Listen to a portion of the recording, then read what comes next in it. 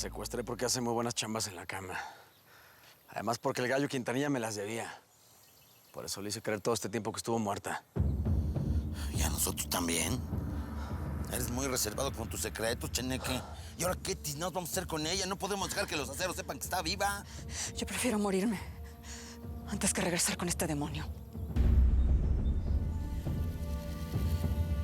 Pues ya estuvo. Te voy a complacer.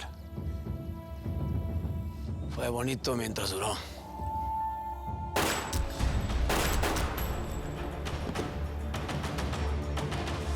¡Pues se la mataron! ¡La mataron! Usted sí, yo a Nancho le pegaron un balazo, hijo de p...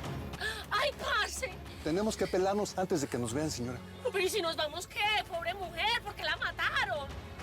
Te la remates, Cheneque. ¿Qué? Fue lo que ella pidió.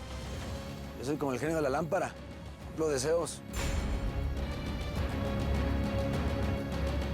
Ya por fin estás muerta, perra. Ni un ladrido más. Mil gracias por seguirnos en YouTube. Si te suscribes aquí, encontrarás todos los capítulos de La Señora 03 La Coyote. También puedes visitar telemundo.com, donde encontrarás todos los capítulos de esta superserie.